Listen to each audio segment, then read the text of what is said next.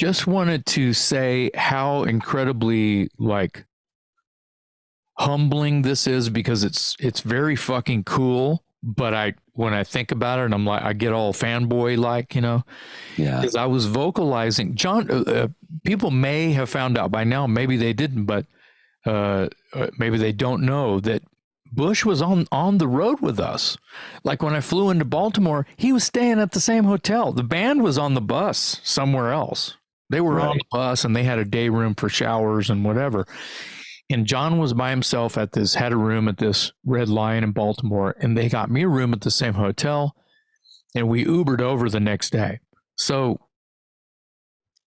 you know, he brought me breakfast, and I got to see him, and he looked fine. And I didn't want to have a conversation with him because his doctors were saying, you don't need to just not talk and just chill and take these pills. And, you know, so he was dealing with a lot, trying to just not, he wants to talk, you know, John, he's talkative. Yeah. He wants to hang out, you know. Sure. So it was more texting than anything else. So the next day we're at the venue, we get on the bus. I guess that's a good time. I can go ahead and mention that before we kicked into Rain of Fire, he was announcing the band. He was the first one on the stage. Mm-hmm.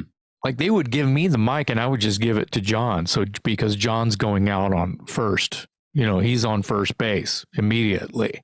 Right. Hey, I'm John Bush, singer for Armored Saint. Crowd goes crazy. Right.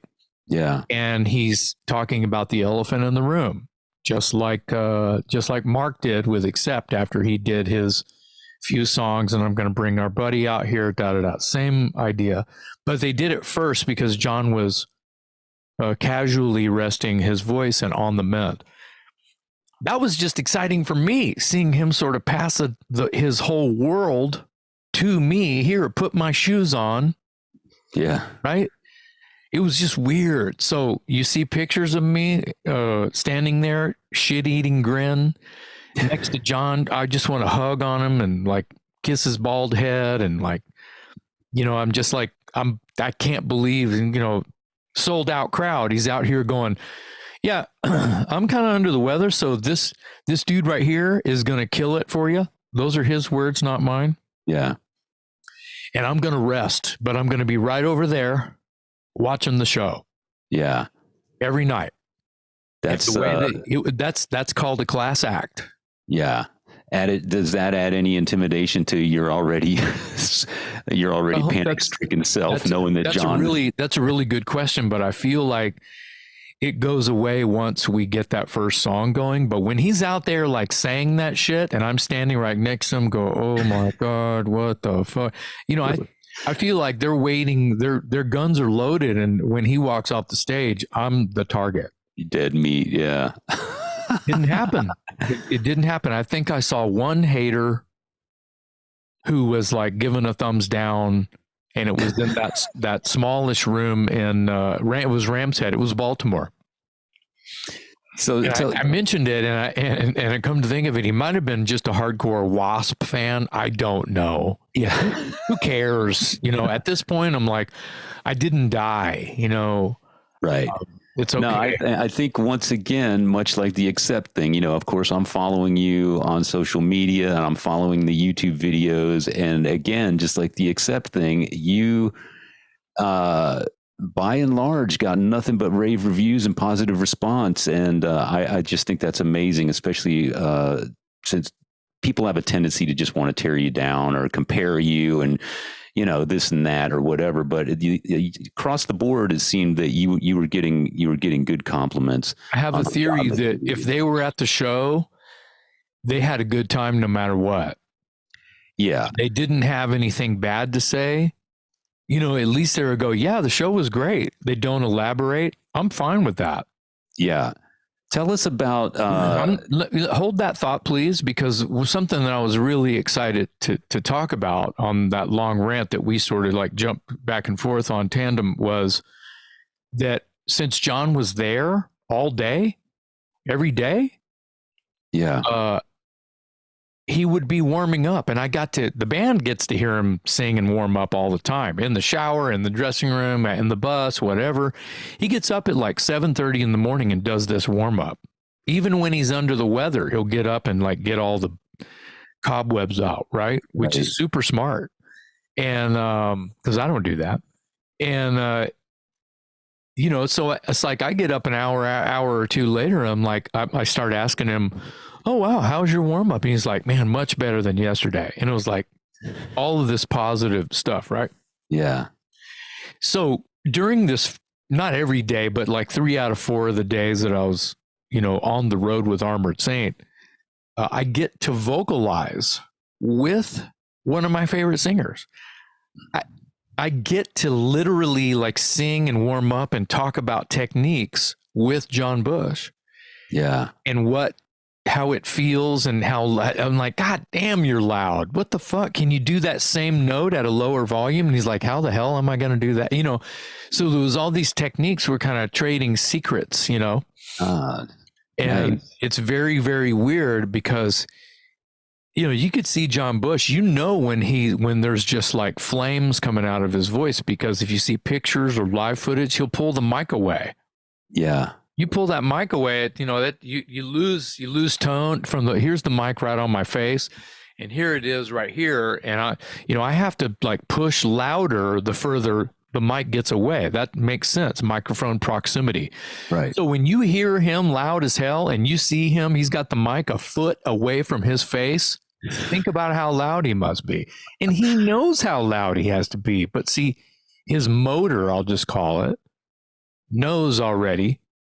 From singing for 45 or 50 years, he knows that his voice better than we do, just like, right. So it is what it is. I'm asking him like, whoa, that's crazy. Can you lighten up your gas pedal on that and have the same tone, the same grit, the same effect, but at a lower volume? Don't you think you would save like some like lung air? You wouldn't like be wearing yourself out. Yeah. And he's like, I don't know how to do that. And I was like, well, it's the only way I know how to do anything anymore, because the older I get, I feel like the lighter approach I have, but I get to keep the same notes that I sang when I was 20 and with the same tone and same grit, right? And it's more comfortable to sing it that way because I'm not just like throwing all my bullets into one gun, Right. So that was really fun for me and eye-opening for both of us to learn each other's technique. And even the band was commenting, like when I'm doing warm-ups or something before we went out there, they're like, God damn, that's so loud. And, they're saying the same shit I was saying to John. They're saying it to me.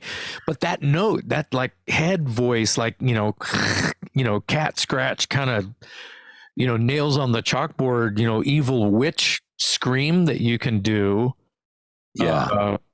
That's super loud, and it's not in a chest voice. I'm like, no, I'm using my diaphragm. I'm using my motor down here to push, but it's not a chest voice. It's like a little bit of mixed voice, but it's a lot of head power. And like, that's the loudest I've ever heard anyone sing that top note shit. So whether they're complimenting me or going, dude, you need to fix that shit, it sounds like what I was doing with Bush. So it's just these interesting that's really cool. Things you don't know, things you don't even think about when you work with other professional musicians and singers who are, when you're just comparing notes and styles and techniques. There's not one way to sing rock music. As a matter of fact, if there was, it would suck. It would be super boring. There'd be no character. Just have in the vocals. same singer on everything. It's like, that's bullshit. It doesn't work. Yeah. That's brown paper bag, and that's not what rock and roll is supposed to be. So that's great insight there. Getting to learn from the master and trade some techniques, and and just sort of get a glimpse and pick his brain, I guess, is or just find out what he needs in order to get to hit those, that verse or that song or those notes or whatever it is that he might be struggling with because of his condition. That was really the whole reason for the conversation and the little 5 minutes of talking about technique with him. It was, I'll cherish it forever because it was like, whoa. And I told Bush about the one time for like 5 minutes that I got to vocalize with Philip Anselmo. This was at a Down show, and he was like, he sent somebody, I think it was Bobby. It was when Bobby was teching for Kirk for Down. Bobby came and got me, goes, hey, Phil wants to talk to you. And I'm like, oh, okay. So he pulls me back in the pipe and drape and, impromptu dressing room. I think it was at Sunset Station, actually. And and he's like, hey man, what's up? And I'm like, hey. And he goes, do you have a falsetto? And I'm like, man, I wouldn't be able to sing much if I didn't have a falsetto, because I use that a lot. And that's because I'm not a tenor. I lose my chest voice to a certain point, and then I have to come up with this crazy, weird Mickey Mouse voice or something. And he's like, oh, wow. And he's listening to David Bowie.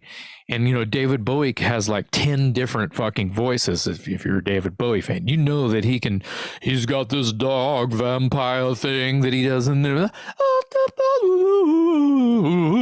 he does this thing. It's crazy. Yeah.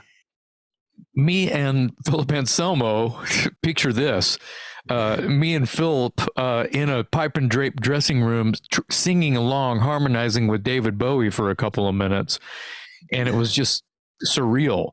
So that's kind of what it was like with Bush, but it was more of a comfortable scene with Bush because there was a reason why I was there. Philip and I were just kind of talking about singing, right? Okay. Me and John were like, how can we get you on stage tonight? I want you not sick anymore. I'm in your shoes. I want you to be singing for Armored Saint. I must have said 100 times out there to where I was probably driving them, making them upset a little bit. Hey, don't say that anymore. I was saying shit like, dude, when I come to see Armored Saint and there's some Texan up there singing for Armored Saint, I'm going to be mad. Well, I want John Bush. John Bush is in Armored Saint, not this dude. Yeah. So yeah. I'm a little bit still concerned about how this is coming off to your longtime fans, just so you know. And they were like, dude, you need to stop worrying about, they were constantly throwing love and appreciation. And I mean, constantly. Right. All week, you're saving our ass. It was very similar to the Accept thing. They were so happy that I was there.